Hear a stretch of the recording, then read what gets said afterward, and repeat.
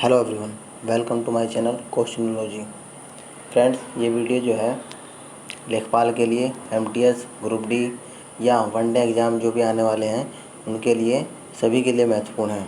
ठीक है, तो आप लोग ध्यान से देखिए और पूरा वीडियो देखिए। चलिए स्टार्ट करते हैं आज का फर्स्ट क्वेश्चन। हमारा फर्स्ट क्वेश्चन है, पाल साम्राज्य भारत के किस हिस्से से संबंधित है? ऑप्शन ए पश्चिमी, पूर्वी, दक्षिणी या उत्तरी। आपके सामने टाइमर चल रहा है, आप अपने मन में टिक कर लीजिए कि आंसर क्या है। चलिए बताता हूँ, इसका आंसर होगा ऑप्शन नंबर बी, पूर्वी हिस्से में। फ्रेंड्स, पाल साम्राज्य का विस्तार जो है भारत के पूर्वी हिस्से में था। ठीक है, और इस साम्राज्य की स्थापना किसने करी थी? गोपाल के द्वारा इस साम्राज्य की स्थापना की गई थी। और इसकी राजधानी कहाँ थी? मुंगेर। कहाँ पे थी इसकी राजधानी? मुंगेर। और पाल वंश के सबसे महान शासक का नाम पूछ सकता है तो उसका नाम था धर्मपाल। ठीक है, धर्मपाल ने ही विक्रमाशिला यूनिवर्सिटी की स्थापना करी थी। चलिए, इसका सही आंसर होगा विकल्प बी। अगला प्रश्न देखते हैं। नेक्स्ट क्वेश्चन हमारा, निम्नलिखित में से किस मुगल शासक ने अंततोगत्वा मेवाड़ के शासक महाराणा प्रताप सिंह के पुत्र राणा अमर सिंह के एक समझौता किया था? समझौता किसने किया था?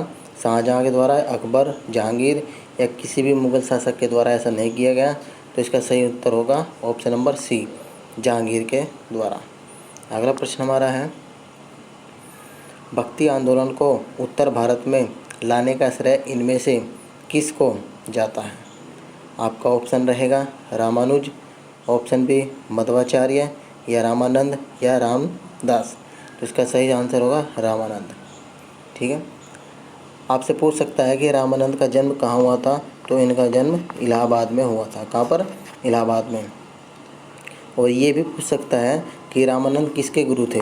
तो ये कबीर दास जी के गुरु थे। चलिए अगला क्वेश्चन हमारा है, गदर क्रांति आरंभ होने का सबसे प्रमुख कारण क्या था? ऑप्शन ए प्रथम विश्व युद्ध आरंभ होना, ऑप्शन बी करतार सिंह सराभा को फांसी देना या कामागाटा मारू घटना या लाला हरदयाल की गिरफ्तारी। इसका सही आंसर होगा कामागाटा मारू घटना। ठीक है फ्रेंड्स, अगर आपसे पूछा जाए कि ये घटना कब हुई थी तो ये 1914 में हुई थी। इसके अंतर्गत क्या था कि जो कनाडा की सरकार थी ना, कहाँ की सरकार? कनाडा की सरकार जो है भारतीयों को कनाडा में घुसने में बैन लगा दिया था। क्यों? क्योंकि ये इसलिए लगाया था क्योंकि जो भारत से सीधे कनाडा नहीं आ रहे थे ना, तो उनको ये प्रतिबंध लगा रहे थे अपने कनाडा में घुसने के लिए। ठीक है, इसलिए इसका आंसर सही होगा ऑप्शन नंबर सी। अगला प्रश्न हमारा है, नेक्स्ट क्वेश्चन हमारा, टीपू सुल्तान कहाँ का शासक था? ऑप्शन है हैदराबाद, मदुरई, मैसूर या विजयनगर। टाइमर चल रहा है, आपको बताना है आंसर। तो इसका सही आंसर होगा सी, मैसूर। ठीक है, टीपू सुल्तान दोस्तों किसका पुत्र था? अगर पूछ लिया जाए तो टीपू सुल्तान किसका पुत्र था? ये हैदर अली का पुत्र था। और ये कहाँ का शासक था? वो तो हो ही गया, मैसूर का शासक था। ठीक है, अब अगर पूछे कि टीपू सुल्तान की मृत्यु कब हुई थी तो 4 मई 1799 को इसकी मृत्यु हुई थी। ठीक है, अगला प्रश्न हमारा है, अंडमान और निकोबार द्वीप समूह भारत का एक संघ शासित प्रदेश है। निकोबार में द्वीपों की संख्या कितनी है? ऑप्शन ए 9, 22, 204 या 300। तो सही आंसर होगा इसका ऑप्शन नंबर बी, 22 संख्या है। वैसे दोस्तों, अंडमान निकोबार द्वीप समूह कहाँ पर स्थित है? बंगाल की खाड़ी में। कहाँ पर? बंगाल की खाड़ी में। ठीक है, लेकिन इसमें द्वीपों की संख्या टोटल अगर पूछा जाए तो 572 है, लेकिन इसमें पूछा है कि निकोबार द्वीप में कितनी है, तो वो 20 हैं। अच्छा, बात अगर करें कि भारत का एकमात्र सक्रिय ज्वालामुखी कहाँ पर है, तो वो भी अंडमान निकोबार द्वीप के बैरन द्वीप पर स्थित है। मैं लिख देता हूँ, बैरन द्वीप पर स्थित है। ये भी पूछ सकता है आपसे, ठीक है। अगला प्रश्न हमारा है, भारत में रजत क्रांति किससे संबंधित है? चांदी का उत्खनन, अंडा और चिकन का उत्पादन, सी है कपास का उत्पादन, या डी स्वच्छ पेयजल का बोतलीकरण। तो इसका सही आंसर होगा ऑप्शन नंबर बी, अंडा और चिकन का उत्पादन। अगला प्रश्न हमारा है, वह नदी कौन सी है जिसका उद्गम भारत में नहीं है? ऑप्शन है चिनाब, व्यास, सतलज या रावी। इसका सही आंसर होगा सी, सतलज नदी। अगर आपसे पूछा जाए कि इसका उद्गम कहाँ से हुआ, तो ये दक्षिण पश्चिमी तिब्बत में समुद्र तल से जो है उसकी ऊंचाई 4600 मीटर है। 4600 मीटर की ऊंचाई पर मानसरोवर के निकट जो एक ताल है, उस ताल का नाम है राक्षस ताल कह सकते हैं उसको, या राक्षस ताल भी कह सकते हैं। तो वहाँ से इसका उद्गम हुआ है, ठीक है। इसका ऑप्शन होगा ऑप्शन नंबर सी। अगला प्रश्न है हमारा, निम्नलिखित में से किस राज्य में काली मृदा पाई जाती है? यानी काली मिट्टी के बारे में बताना है। जम्मू कश्मीर, बिहार, गुजरात या ऑप्शन नंबर डी। इसका सही आंसर है गुजरात। गुजरात में जो है अक्सर काली मिट्टी पाई जाती है, ठीक है। इसके अलावा मैं बता देता हूँ कि गुजरात के अलावा महाराष्ट्र में, तमिलनाडु में काली मिट्टी पाई जाती है, ठीक है। और जो ऐसी मिट्टी को क्या कहते हैं? ऐसी मिट्टी को रेगुर मिट्टी भी कहते हैं। रेगुर मिट्टी या कपास वाली काली मिट्टी भी इसको बोल सकते हैं। इस मिट्टी में जो है फ्रेंड्स क्या क्या पाए जाते हैं? इसमें चूना पाया जाता है। इस मिट्टी में चूना, लोहा, एल्यूमिनियम और फ्रेंड्स इसमें पोटास की मात्रा भी पाई जाती है, ठीक है। तो इसका ऑप्शन नंबर सी होगा। चलिए अगला प्रश्न देखते हैं, कुडनकुलम परियोजना किस राज्य में स्थित है? Option A Karnataka, option B Tamil Nadu, Telangana या केरला। तो इसका सही आंसर होगा option number B, Tamil Nadu. Kudankulam परियोजना फ्रेंड्स तमिलनाडु में स्थित है। अगर पूछे ये कैसी परियोजना है, तो एक ये नाभिकीय परियोजना है। कैसी परियोजना है? नाभिकीय परियोजना। इसकी शुरुआत अगर पूछ ली जाए, इसकी शुरुआत कब हुई और कब पूर्ण हुआ, तो ये 2002 में स्टार्ट हुआ और 2013 में ये पूर्ण हुआ था। ऑप्शन नंबर 20 का सही answer. Next question, Mahatma Gandhi ने, आपको बताना है डैश में लिखना है कि अर्थव्यवस्था की वकालत की। किसकी? कौन सी अर्थव्यवस्था की वकालत की? ऑप्शन है स्थानीय, केंद्रीकृत, विकेंद्रीकृत या ग्लोबल। इसका सही आंसर होगा ऑप्शन नंबर सी, विकेंद्रीकृत, ठीक है। अगला प्रश्न, शून्यकाल का अर्थ क्या है? संसद में शून्यकाल होता है ना, उसी के बारे में पूछ रहा है। जब विपक्ष का प्रस्ताव मान लिया जाए, जब कोई अति महत्वपूर्ण विषय चर्चा के लिए उठाया जाए, या सुबह और दोपहर के सत्र के मध्य का अंतराल, या ऑप्शन नंबर डी जैसा कि बता रहा है जब धन विधेयक लोकसभा में पेश किया जाए। तो इसका आंसर होगा ऑप्शन नंबर बी, जब कोई अति महत्वपूर्ण विषय चर्चा के लिए उठाया जाए, ठीक है। अगर बात करें इसका समय क्या होता है, तो 12 बजे से लेके 1 बजे तक का समय क्या है? शून्यकाल कहलाता है। 12 बजे से लेके 1 बजे तक का समय शून्यकाल कहलाता है। इस दौरान क्या होता है कि महत्वपूर्ण विषय चर्चा के लिए उठाते हैं और उस पर तत्काल कार्रवाई चलाई जाती है। ऑप्शन होगा option number B. Next question, Bharat के संविधान में निम्नलिखित में से किसके विरुद्ध अभियोग चलाने का प्रावधान नहीं है? राष्ट्रपति के, राज्य के राज्यपाल के, भारत के मुख्य न्यायाधीश के, या ऑप्शन नंबर डी भारत के उपराष्ट्रपति के। तो विकल्प 20 का सही आंसर होगा राज्य के राज्यपाल। राज्य के राज्यपाल पर हम अभियोग नहीं चला सकते, लेकिन इसके अलावा हम किस किस पर अभियोग लगा सकते हैं? राष्ट्रपति पर लगा सकते हैं, ठीक है, मुख्य न्यायाधीश पर लगा सकते हैं और उपराष्ट्रपति पर अभियोग चलाने का प्रावधान है, लेकिन राज्य के राज्यपाल पर नहीं है। अगला प्रश्न हमारा है, गरीबी हटाओ का नारा किस पंचवर्षीय योजना काल में दिया गया था? लेखपाल में पंचवर्षीय योजना से संबंधित क्वेश्चन आते हैं, तो आप लोग इसको अच्छे से पढ़ लीजिएगा। विकल्प ए पाँचवीं पंचवर्षीय, तृतीय, चौथी या छठवीं। इसका आंसर होगा पाँचवीं पंचवर्षीय योजना। ठीक है, पाँचवीं पंचवर्षीय योजना का समय आपसे अगर पूछ लिया जाए तो ये 1974 से लेके 1979 तक चली थी। अगर इस पूछ लिया जाए कि उस समय प्रधानमंत्री कौन था, तो इंदिरा गांधी थी। कौन था? इंदिरा गांधी ही उस समय प्रधानमंत्री थी। विकल्प सही होगा आंसर। नेक्स्ट क्वेश्चन, चालक के माध्यम से प्रवाहित एक धारा होती है। ये साइंस का क्वेश्चन है। विभवांतर के प्रत्यक्ष अनुपातिक, प्रतिरोध के प्रत्यक्ष अनुपातिक, या विकल्प सी वोल्टता के व्युत्क्रम होगा फ्रेंड्स, ये व्युत्क्रम, या इनमें से कोई नहीं। तो आंसर होगा ऑप्शन नंबर ए। ठीक है, देख लेते हैं। आंसर है ऑप्शन नंबर ए। ये फ्रेंड्स जर्मन के एक वैज्ञानिक थे, उनका नाम था जॉर्ज साइमन ओम।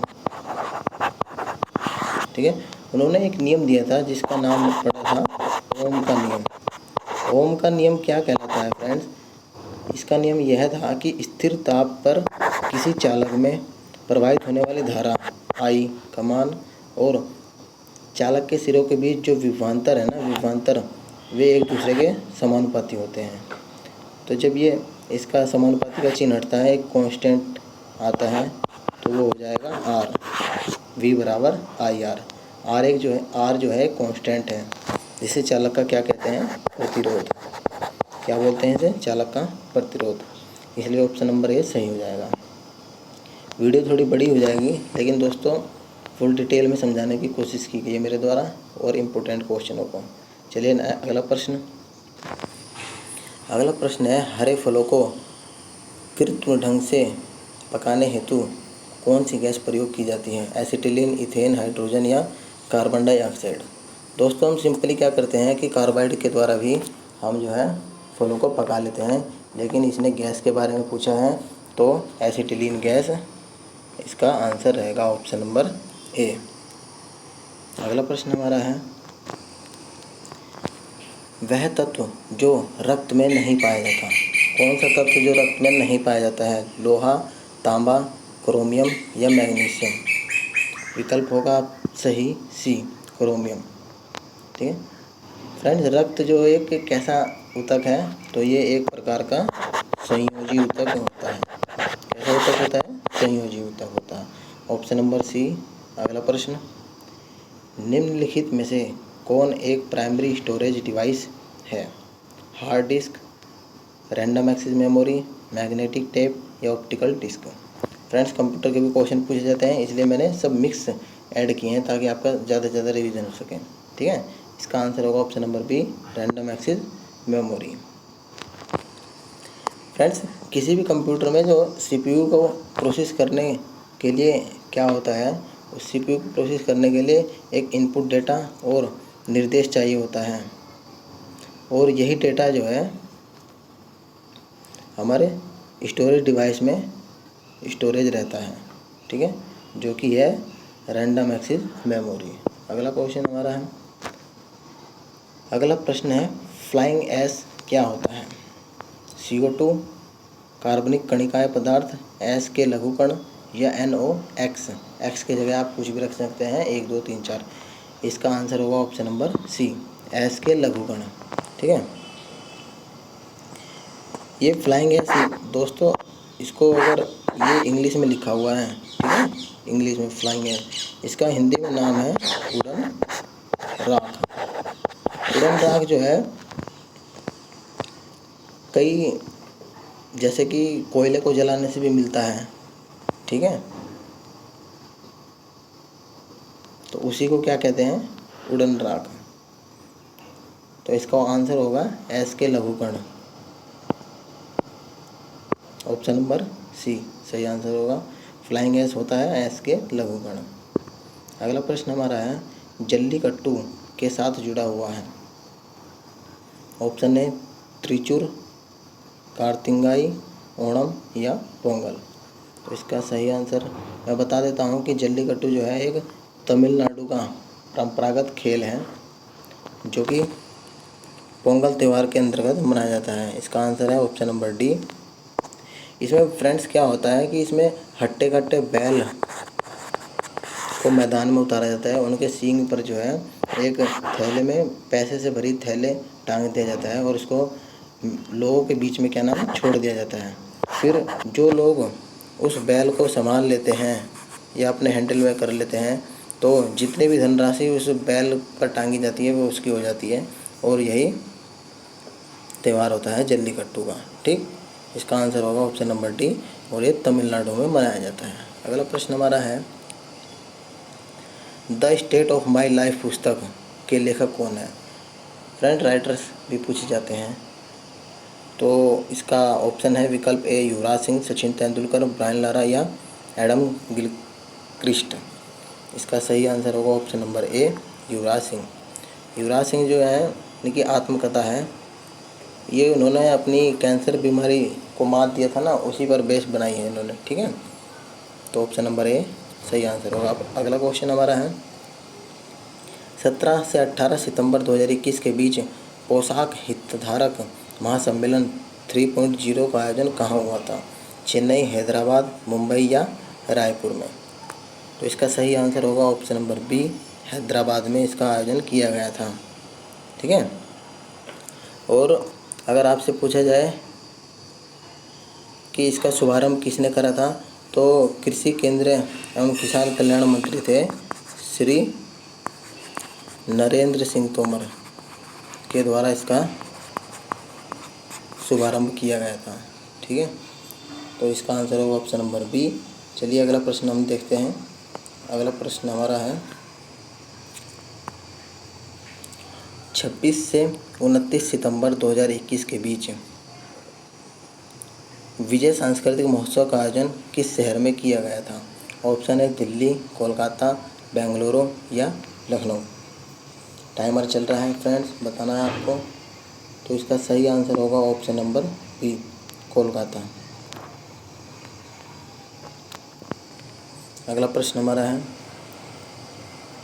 20 से 23 सितंबर 2021 को विश्व आर्थिक मंच का वार्षिक सतत विकास प्रभाव शिखर सम्मेलन का आयोजन कहाँ संपन्न हुआ। ऑप्शन है जिनेवा, लंदन, नई दिल्ली या इनमें से कोई नहीं। इसका आंसर होगा ऑप्शन नंबर ए, जिनेवा में।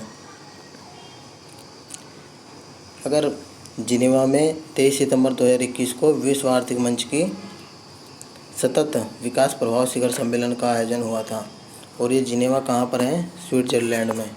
कहाँ पर है, स्विट्जरलैंड में। ठीक है, अगर आपसे पूछा जाए कि विश्व आर्थिक मंच का स्थापना वर्ष क्या है तो ये रहने वाला है 1971। अगला प्रश्न हमारा किसान चैनल का प्रधानमंत्री द्वारा कब उद्घाटन किया गया।